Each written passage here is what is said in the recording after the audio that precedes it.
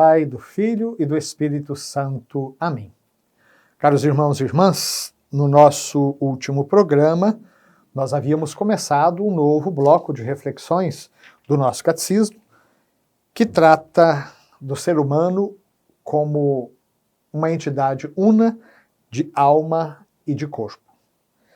Nós vimos como a pessoa humana criada à imagem e semelhança de Deus é um ser ao mesmo tempo corporal e espiritual. Vimos como o ser humano nesse sentido é a síntese da criação. Depois do catecismo falar sobre Deus que é criador de todas as coisas, as visíveis e as invisíveis. As invisíveis tratando então do mundo dos anjos, as visíveis tratando do nosso universo que está ao nosso alcance no dia a dia, vai lembrar que o ser humano é então a síntese de tudo isso. E o relato bíblico, ele expressa essa realidade, falando que Deus tomou o pó da terra, tomou o barro da terra, o pó do solo, e soprou-lhe nas narinas o sopro de vida, e ele se tornou um ser vivente. Então, nesse sentido, o ser humano é uma totalidade querida por Deus. Nós precisamos tomar muito cuidado, portanto, já de início, com dualismos que, na realidade, acabam constituindo ou levando a constituir uma antropologia, uma visão insatisfatória da pessoa humana. O ser humano, criado à imagem e semelhança de Deus, é a síntese do mundo espiritual, do mundo material. É uma totalidade querida por Deus. E aí nós chegamos ao parágrafo número 363 do nosso catecismo. Aqui o nosso catecismo lembra os vários significados que a palavra alma tem na Bíblia. Muitas vezes na Sagrada Escritura o termo alma designa a vida humana como um todo, que pode dar o homem em troca da sua alma, de que adianta o homem ganhar o mundo inteiro se ele vem a perder a sua alma. Nesse caso, está se referindo à vida humana como um todo, de que adianta ganhar tudo se perdemos a própria vida, né? Então, nesse sentido, a palavra alma muitas vezes aparece como designando a pessoa humana inteira. Mas existem também outros sentidos em que a palavra alma, ânima, não é? Aquilo que anima o ser humano, ela designa aquilo que existe de mais íntimo na pessoa humana, aquilo que nele tem mais valor, aquilo que mais particularmente o faz ser imagem de Deus. Alma, nesse caso, significa o princípio espiritual do ser humano. Como diz São João no seu Evangelho, Deus é espírito e os verdadeiros adoradores hão de adorá-lo em espírito e em verdade. No parágrafo 364, o corpo do ser humano participa da dignidade de imagem de Deus. Sabem que um argumento muito importante num dos concílios da Igreja nascente, quando foi discutida a questão do iconoclasmo. O que é o iconoclasmo? A destruição das imagens. Ainda hoje, os nossos irmãos separados batem muito nessa tecla, uma vez que no livro do Êxodo, nos 10 mandamentos, é proibida a confecção de imagens para Deus. Porque a Bíblia sempre mostrou Deus o totalmente outro, o transcendente. E, no entanto, aqui, quer dizer, nós católicos e também os ortodoxos, nos servimos de ícones, de pinturas, de imagens de Cristo, dos santos, para nos ajudar na nossa piedade, na nossa vida de oração.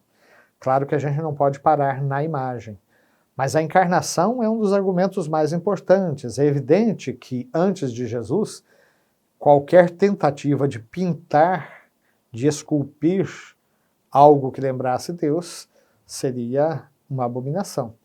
Mas Jesus é o verdadeiro Deus que se encarnou. Ele era verdadeiro ser humano. Bom, se Jesus era um verdadeiro homem, ele poderia ser fotografado, ele poderia ser pintado, ou melhor, seria possível fazer uma pintura de Jesus, se algum artista do seu tempo tivesse querido fazer, pena que ninguém teve essa ideia, né? Ou poderia ser esculpida uma imagem de Cristo, que seria a imagem do Filho de Deus encarnado. Então, a partir do momento que Deus assume a nossa natureza, os ícones passam a ter um outro significado do que aquele que era no Antigo Testamento. Naturalmente, quem para nas imagens e não deixa que as imagens simplesmente sejam um trampolim para levá-lo a Deus, esse parou no meio do caminho. Então, o corpo humano também participa da dignidade da imagem de Deus. Ele é corpo humano justamente porque ele é animado por uma alma espiritual. Alma, em latim, anima, é aquilo que anima. Então a gente até fala, uma pedra é um corpo inanimado. O que é um corpo inanimado? É um corpo que não se mexe, é um corpo que não tem vida, é um corpo que não tem alma. Enquanto que o homem é um ser animado, ele tem a sua alma e a sua alma espiritual. Então, precisamente porque ele é animado por uma alma espiritual, ele é um corpo humano. O cadáver já não é um corpo humano, é um cadáver. O corpo humano é um corpo vivo. É a pessoa humana inteira que está destinada a tornar-se, no corpo de Cristo, o templo do Espírito Santo. Então, São Paulo, por exemplo, na carta aos Coríntios, também na carta aos Romanos, ele fala muito claramente sobre isso. O nosso corpo é templo do Espírito Santo. Aqui o nosso catecismo cita a Gaudium et Spes, aquela constituição pastoral do Concílio Vaticano II, que trata das alegrias e esperanças dos homens de todos os tempos. A Igreja é solidária e faz suas as alegrias e esperanças dos seres humanos. Unidade de corpo e alma, o homem, por sua própria condição corporal, sintetiza em si os elementos do mundo material, que nele assim atinge sua plenitude e apresentam livremente ao Criador uma voz de louvor. Portanto, não é lícito ao homem desprezar a vida corporal. Ao contrário, ele deve estimar e honrar o seu corpo, porque é criado por Deus e destinado à ressurreição no último dia.